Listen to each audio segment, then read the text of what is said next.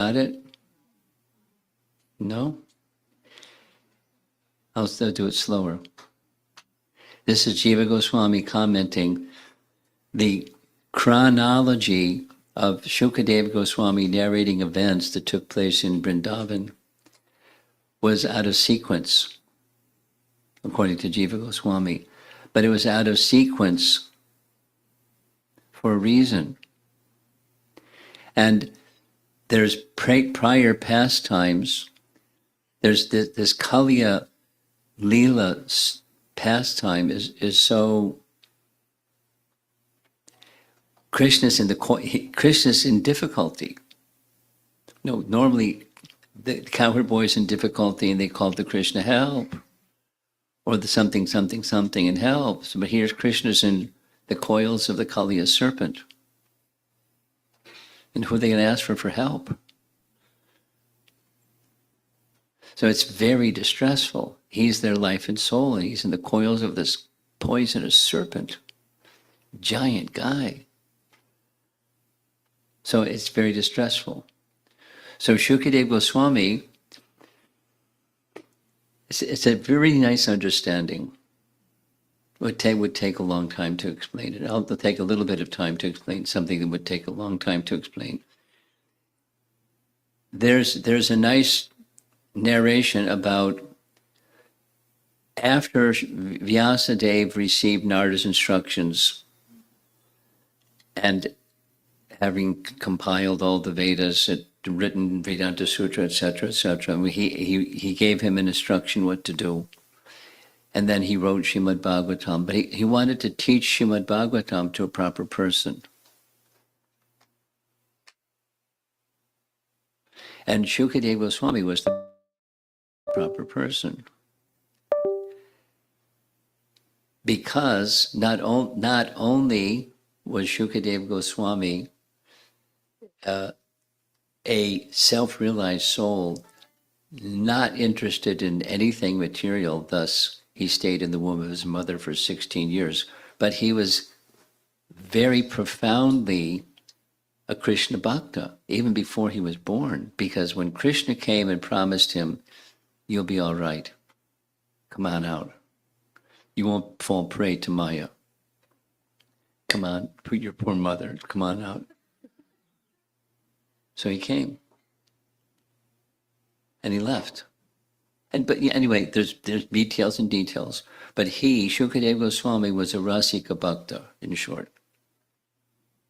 So he was the right person to recite Srimad Bhagavatam. And as he's reciting Srimad Bhagavatam, there's stages where he goes into trance. And the flow of narrating to Maharaj Parikshit, it gets interrupted by his trance reflection on what he's been narrating. And the trance reflection is largely, it's the it's three very special features of Krishna in Vrindavan and the associates of Krishna in Vrindavan. And he is such a Rasika Bhakta that he's narrating it in a responsible manner, but sometimes he gets so absorbed, he loses external faculties.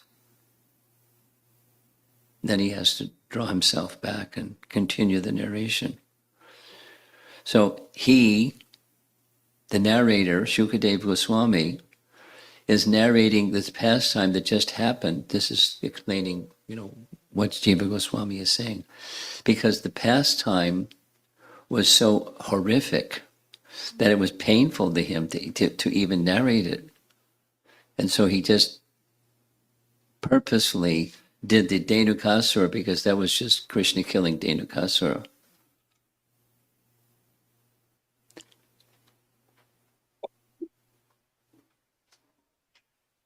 So he narrated Dhenukasura first, and then he narrated Kaliya afterwards, because it made it easier for him to talk about it.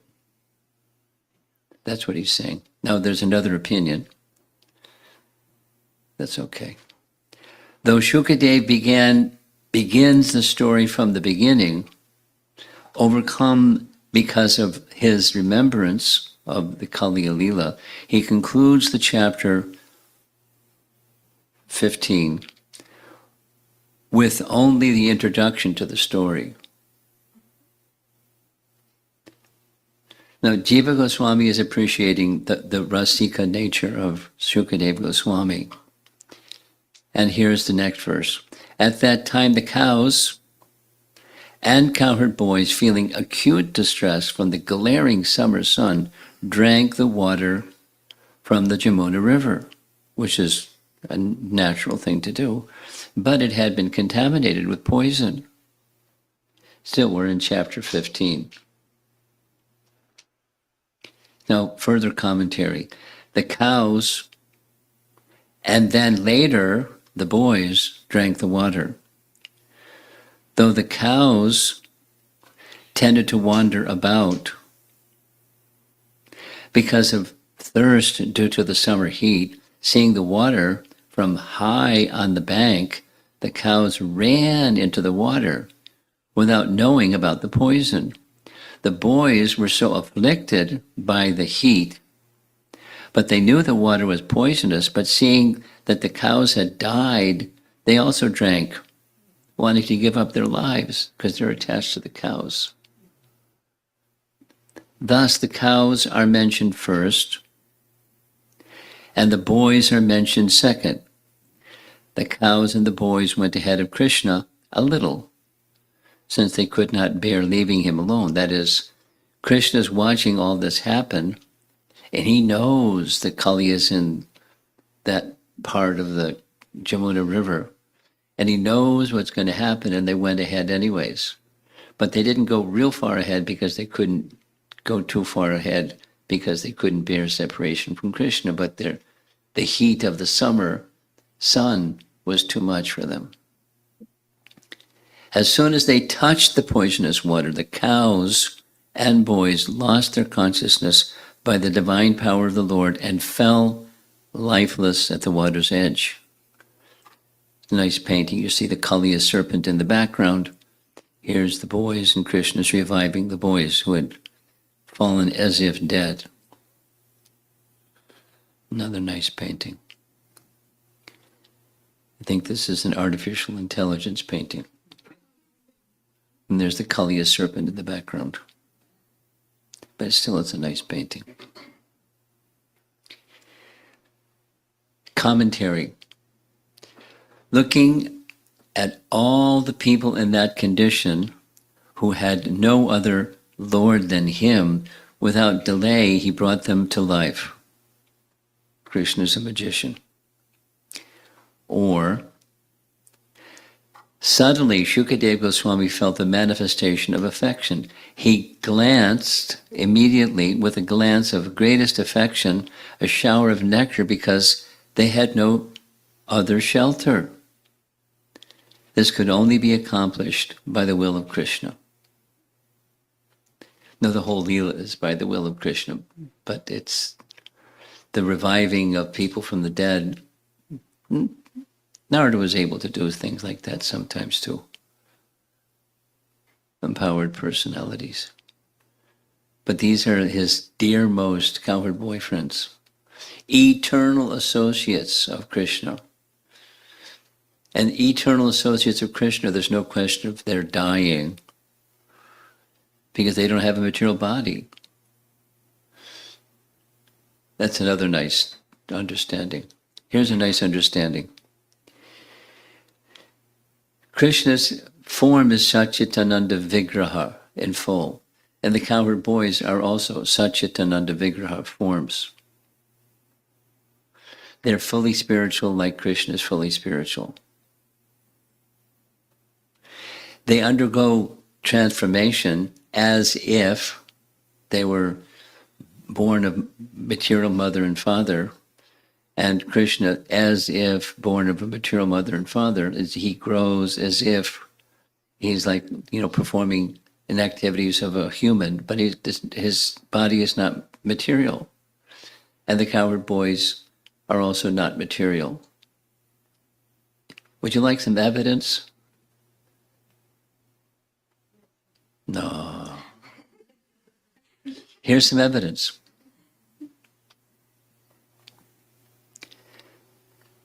Compliments of Vishwanath Chakravarti Thakur. During the Brahma Vimohan Leela, or prior to the Brahma Vimohan Leela, when Brahma got this really bad idea that he was going to kidnap the cowherd boys and the calves. Notice we're speaking cows. He's already 6 years old, so he graduated from calves. Krishna understood his plan. Vishwanath explains. So what did Krishna do? Krishna had his Yogamaya potency conceal his eternal cowherd boys, and Krishna manifested instead exact replicas. There's a Sanskrit phrase right in the verse, they're material forms. Exact replicas. So now we have 2 cowherd boys. Then we're going to have 3 when Krishna manifests them. We'll do it again. 3 cowherd boy forms. 1, the originals, Yogamaya concealed, doesn't say where she took them, any more than where Agni took Sita. Doesn't say where Agni took Sita. Doesn't say where Yogamaya took the cowherd boys, but concealed them so people couldn't see them. No one could see them. Brahma couldn't see them. Krishna knew where they were because it was his Yogamaya potency that he instructed to do this. And Maya forms. So then when Brahma, so this is the detail. When Brahma kidnapped the Maya cowherd boys and put them in a cave and put them to sleep, our acharyas explained it's not possible. Brahma has material powers, but Brahma couldn't put the Satchitananda Vigraha cowherd boys to sleep. Yogamaya can do that, but Mahamaya, his mystic power is limited within the scope of the material energy. So he couldn't put them to sleep. So it was the Maya forms that were put to sleep. That's the logic, or the scriptural reference. It's a detail. And then, of course, Krishna manifested identical forms number 3. Right? That was for another purpose. For 1 year, he was the son of the cowherd, because he replaced the cowherd boys for 1 year, each one. And there's details and details of how that took place. And then after 1 year, Krishna withdrew his so many cowherd boys and they entered again into his form. And the original cowherd boys, Yogamaya was instructed, put them back. And then when they put them back 1 year later to the day, they were sitting with Krishna, who still had the same lump of yogurt and rice in his hand, and saying, you haven't eaten anything, just have your lunch. So they're instructing him as if their experience was that no time had passed. They were unaware that for 1 year their life and soul Krishna wasn't with them. They weren't feeling pain of separation by the Yogamaya potency's influence. And when Yogamaya potency was withdrawn, there they were with Krishna again. So all of that was just a little detour, that the forms lying and Krishna's bringing them back to life, they weren't dead anyways. Or, same thing happened in the Aghasura demon pastime. They were in the mouth of the Aghasura demon and they had fainted out of feelings of separation from Krishna, not being able to see him. And he felt compassion for them because he couldn't see them either. He knew what they were feeling. So then he rescued them. So the expanding and contracting and moving of his potencies It takes our acharyas to explain how the jigsaw fits together. But it's just, in principle, it's his yogamaya potency acting to stimulate love amongst his associates. In this case, it's the cowherd boys and the cows. He's stimulating their love.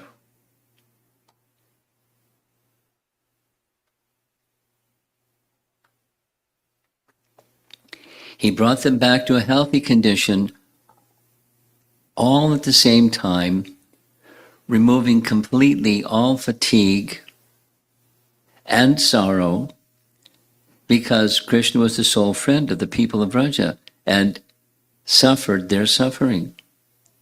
This is not astonishing, because he is the Lord and Master of all yoga.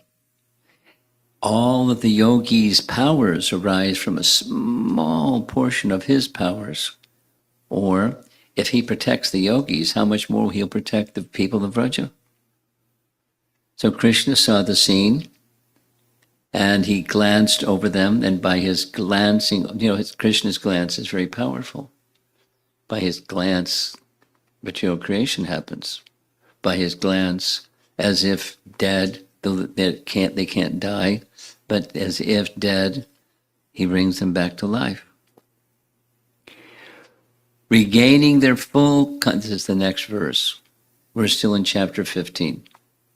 Regaining their full consciousness, the cows and boys stood up out of the water and began to look at one another in great astonishment. Like, what just happened? So that's astonishment, by the way, is a secondary rasa. Adbhuta rasa. It's a secondary rasa. So Krishna's reciprocating, they have their primary rasa, and he's stimulating a secondary rasa. So for a moment, the secondary rasa eclipses the primary rasa. They rose from the bank in great astonishment. We were dead. How did we come back to life? What medicine or mantra for removing poison was used? They looked at one another, saying with their eyes, "Friend, do you know? What's the secret?" This is Vishwanath. Then one friend answered with a glance, "I know the cause of our rescue. Listen, I remember the words of Gargacharya at the name-giving ceremony of Krishna and Balaram. This child will save you from all dangers very easily. This is the secret." Gargacharya did a whammy. He gave this benediction, so because Gargacharya gave a benediction, Krishna was able to do what Krishna did. That's how it happened. That's the secret. Saying this with his glance to the other boys, they all remembered with absorption the object Krishna. By this, they all became astonished.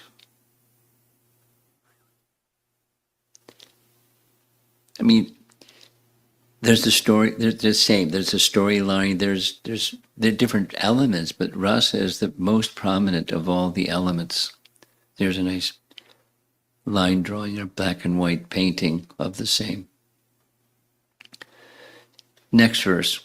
O king, Maharaj Parikshit, the cowherd boys then considered that although they had drunk poison and in fact had died, simply by the merciful glance of Govinda, they had regained their lives and stood up by their own strength.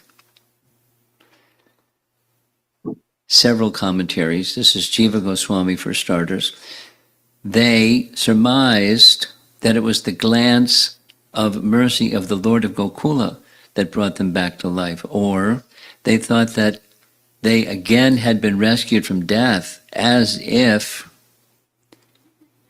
in the case of Aghasura, swallowing them by the grace of Govinda's glance. O king, this was applicable to you also. Yes? Maharaj Parikshit was rescued as if he was going to die, but the personality of Godhead, Govinda, saved him. Since the cause is only one. This is Sanatana Goswami. There is non-difference between the glance and recognition by the Lord. O King, for great devotees like you or Yudhisthira, there's no cause of auspiciousness except the mercy of the Lord. Now, this isn't conversation, it's just commentary. And embedded within the statements of the verse, they're extracting emotion and messages and subtext, so forth like that. So now look at, we're at starting text, chapter 16. And there's the word Krishnam and Krishna and Krishnahi, Krishnahina. Shukadeva Goswami said, Lord Krishna, the Supreme Personality of Godhead, seeing that the river Yamuna had been contaminated by the black snake Kalya, desired to purify the river, and thus the Lord banished him from it. No, it took a whole chapter to do it, but it's summarizing the chapter. It comes at the end of chapter 16. He banished him. So Krishna, that's the river Jamuna. And Krishna, that's Krishna himself. And Krishna Ahina, that's the black serpent. Krishna Ahina. He's chanting Krishna's name in different ways.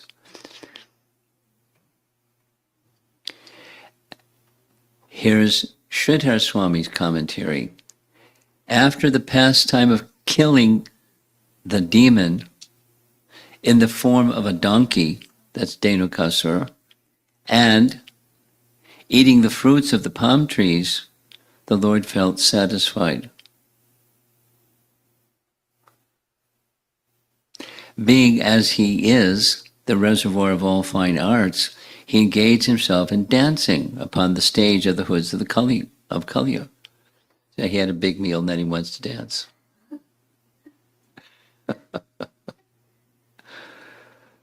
Sridhar Swami.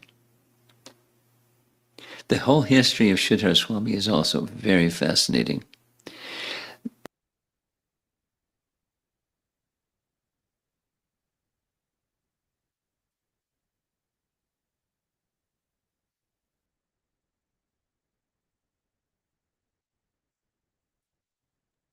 Hare Krishna. Thank you all for joining today. Any thoughts or comments from today's class? Any devotee would like to volunteer first? Yes, Sonali Mataji. Hare Krishna Prabhu. So, today's it was a wonderful class. In today's class, I like the way that Maharaj was explaining the minute details.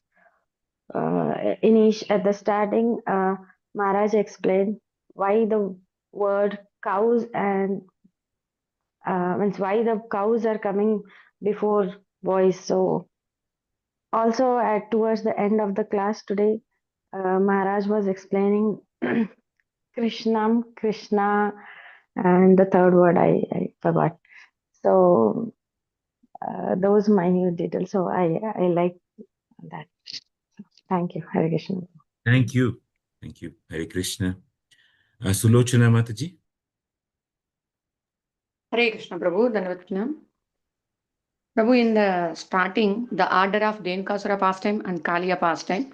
So for that, Maharaj given different explanations from Acharya's commentary. So while explaining like how Shukadeva Goswami went in trance and then all this one. So while giving this type of lectures, Maharaj in one of the lecture also explained like to relish the Bhagavatam.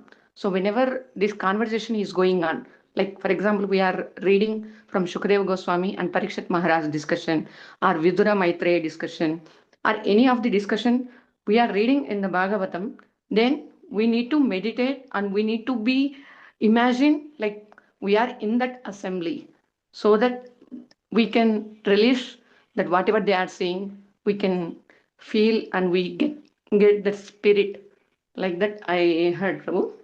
So recently in the MOK meditation and Krishna Dan, in that also, like how this Vrishabhadev sons, Vrishabhadevani is explaining and how the unread sons are listening. So in that Maharaj in that book also is mentioned. Like imagine you are there in that one and you are hearing. Even we are that much not qualified, in not that much stage, but still. So if we feel, then that is very good to get that spirit of Bhagavatam. I like that point, Prabhu. Thank you. And one little small question I have, Prabhu. Like here, the cows died first, then after that, because of the attachment for the cows, even cowherd boys also left their lives. So, but in the spiritual world, like the cowherd boys seeing each and everything, like even cows also, they are seeing as Krishna centric because of, is that the reason? Because for the Krishna, when he is in trouble, like all the cowherd boys, because of the separation, they want to die. But here, for the cows, also cowherd boys are in the separation, they want to die. So, how to understand this, Prabhu? That's it, Prabhu. Thank you. Correct. Yeah. Nice question, Mataji. I'll wait for somebody to answer this. Sharbari Mataji, maybe would like to hear from you, and if you have an answer for Sulochana Mataji's question, please do so. Hare Krishna Prabhu. In fact, I have another question from today's session. That is basically, what does a Rashika Bhakt mean? That I didn't understand. And I don't have the answer for Shilochana Mataji's question. Sorry for it. Thank you, Okay. Prabhu. Hare Krishna. So your question is, what is a Rasika Bhav? Is it? Yes, yes. I didn't understand Rasika Bhav. What does that mean? Okay. What is your understanding of the word rasa, Mataji?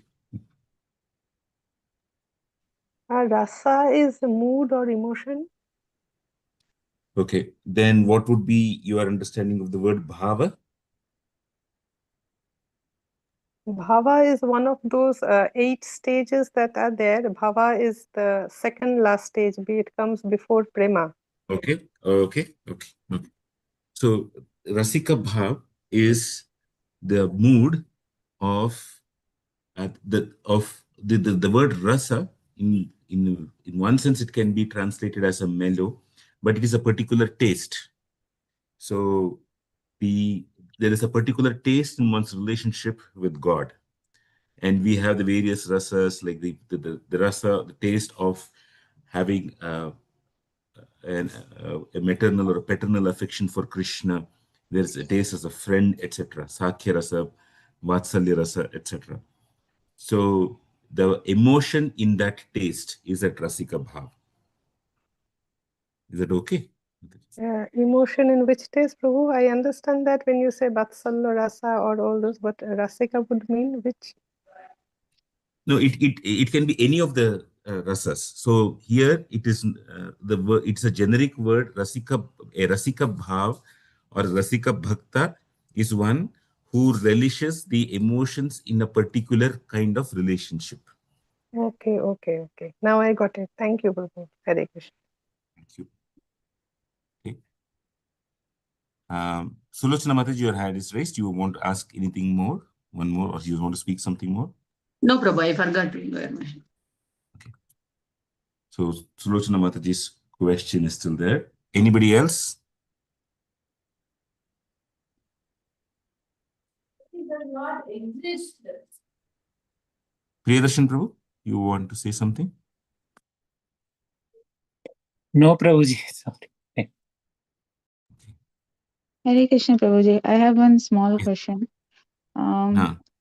In some of the lecture, I heard Krishna is the name of Draupadi, but here Maharaj was saying Krishna is river Yamuna.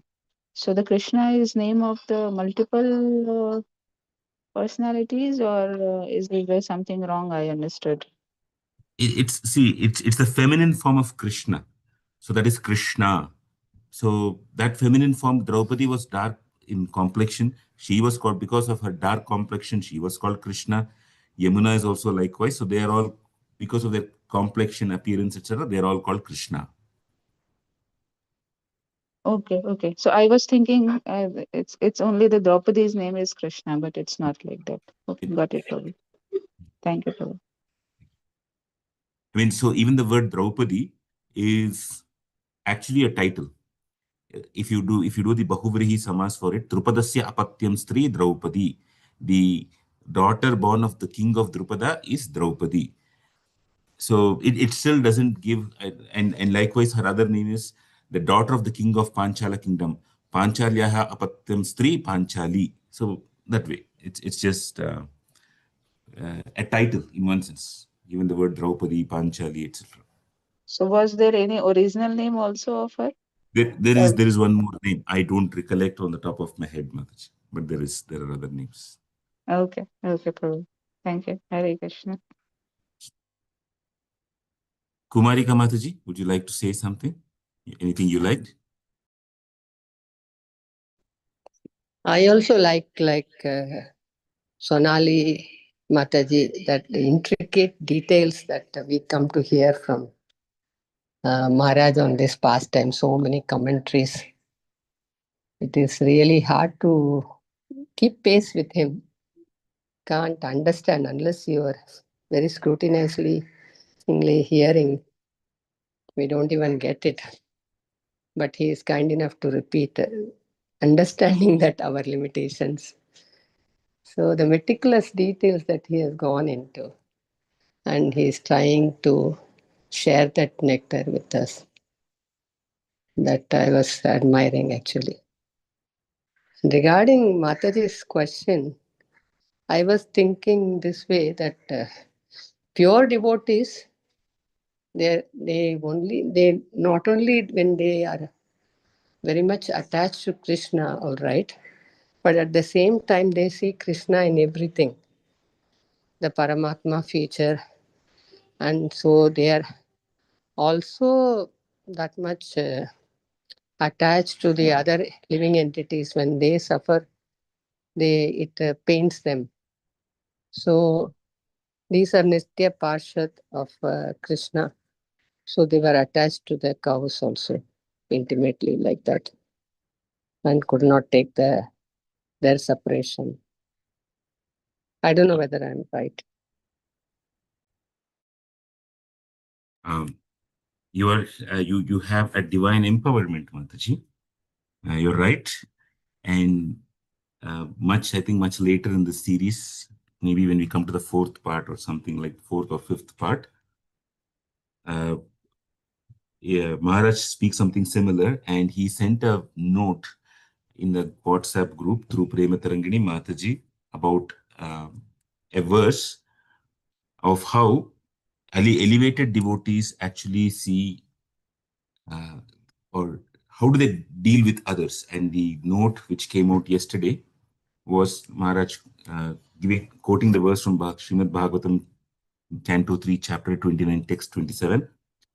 अथामां सर्वभूतेषु भूतात्मनां कृतालयम् अर्हे दानमानाभ्यां मैत्रेय अभिनेन चक्षुषा. And the meaning of that verse is through charitable gifts and attention, as well as through friendly behavior and by viewing all to be alike, one should propitiate me, who abide in all creatures as their very self. And in going through this, Maharaj finally says that we should cultivate compassion, like a father feeding and caring for his child. We should have gentleness, avoiding arrogance and not disturbing others. And in general, the main thing is there are this verse 3:29-27, which says there should be, number one, charitable gifts. We have to give charitable gifts. We should give mana, attention, especially to those who are elder to us. Now, next is friendly behavior and viewing all to be alike. And charity is for those who do not have the gifts that we have. Sometimes the charity is through money. Sometimes the charity is that of education. Sometimes it's knowledge. Sometimes it is kindness, etc. So charity is for those who lack something that we have. Attention and mana is, or due respect is for those who are above us. By doing this, we propitiate God. And And Maharaj writes in that note that it's very important to see the Supreme Lord in everybody and behave gently with everybody. So where you were coming here with respect to the Gopas and others were that they saw the cows as expansions of, I mean, as those living entities who are giving happiness to Krishna. If those who are giving happiness to Krishna are not present, what is the utility of my life? And we see something very similar in our acharyas. Narottam Das Thakur says, Ramachandra Sangamage Narottama Das. Where is Ramachandra Das, my dear friend? I want to be with him. Why am I still living here in this world? And we see the same thing which happened with the other Goswamis also. As soon as we found that soon after Sanatana Goswami left, Rupa Goswami also left. They didn't want to live in this world without their other devotees. So it's not just about wanting Krishna. It's about wanting the association of other devotees too. So you are absolutely right there, Mataji. Thank you.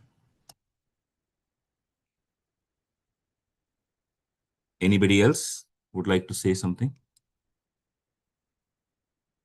Hare Krishna Ji, Dandavat Pranam, Dandavat. Yes, Prabhu.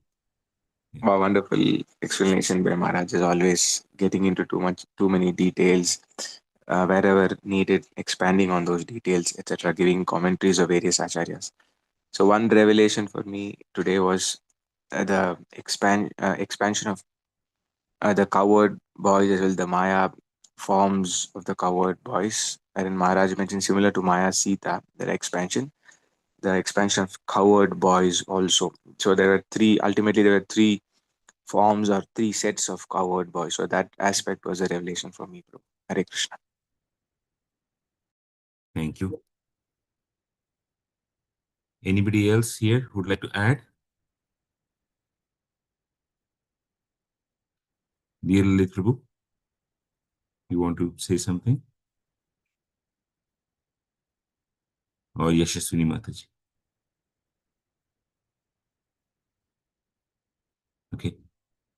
Either Harisham Prabhu or Hemasundari Mataji, you want to add anything here? Nothing now, Prabhu.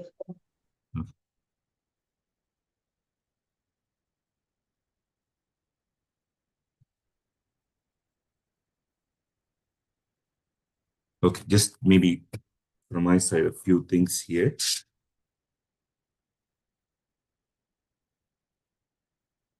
There is a very important statement which Maharaj brought out from the commentaries. And the statement he said was, when Krishna saw the cowherd boys having fallen dead, Krishna suffered their suffering. This is the commentary from the Acharyas.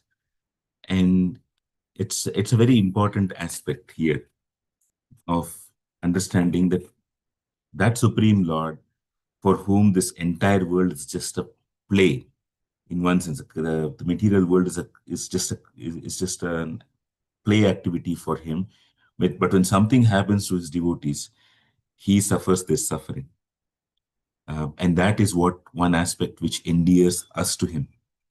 And that's the same thing which also is the case with many pure devotees when they see the condition of other living souls. And this suffering is actually, in one sense, a lamentation.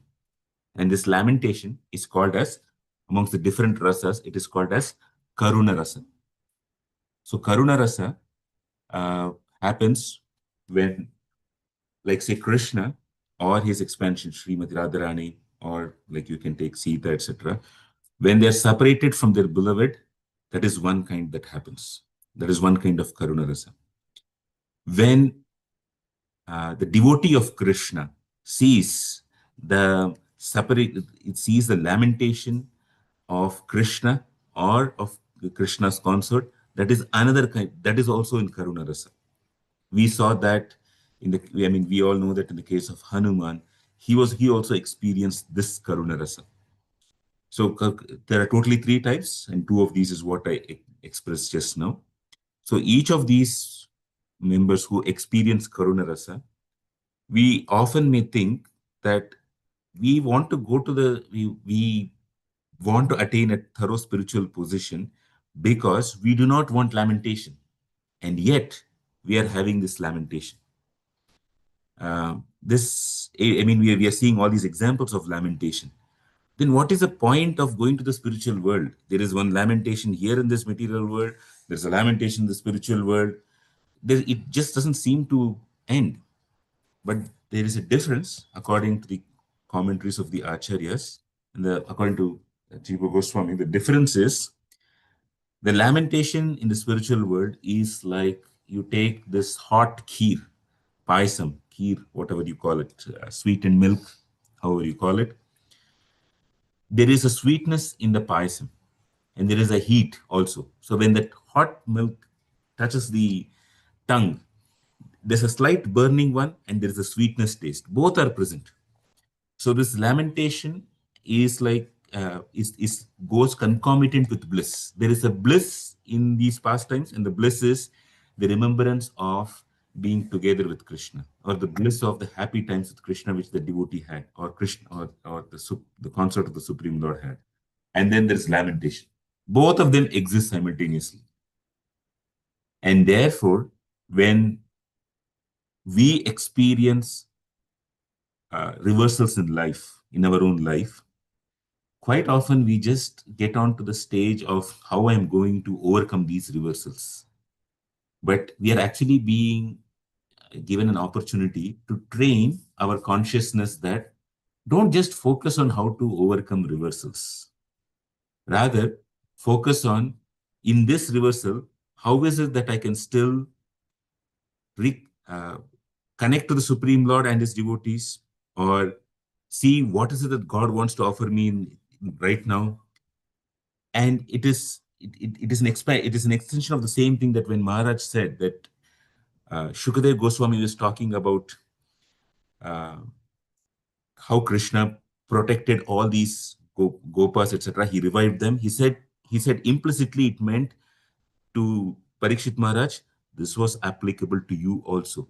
It was not explicitly said, but the Acharya's commentary, which Maharaj pointed out, is it is applicable to you, Parikshit.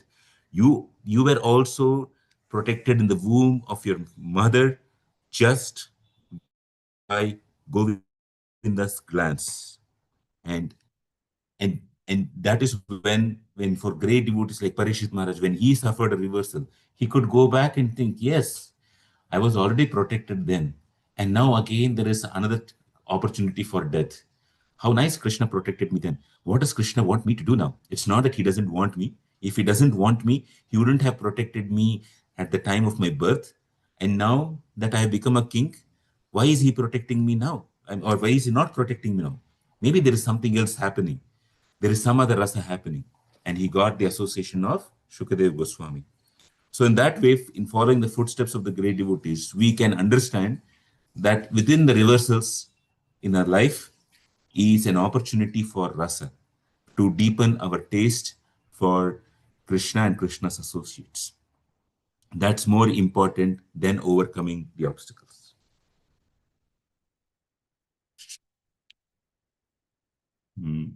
I think that's all. I think 7:15. I'll have to pause here. Any other thought, comment from any of you?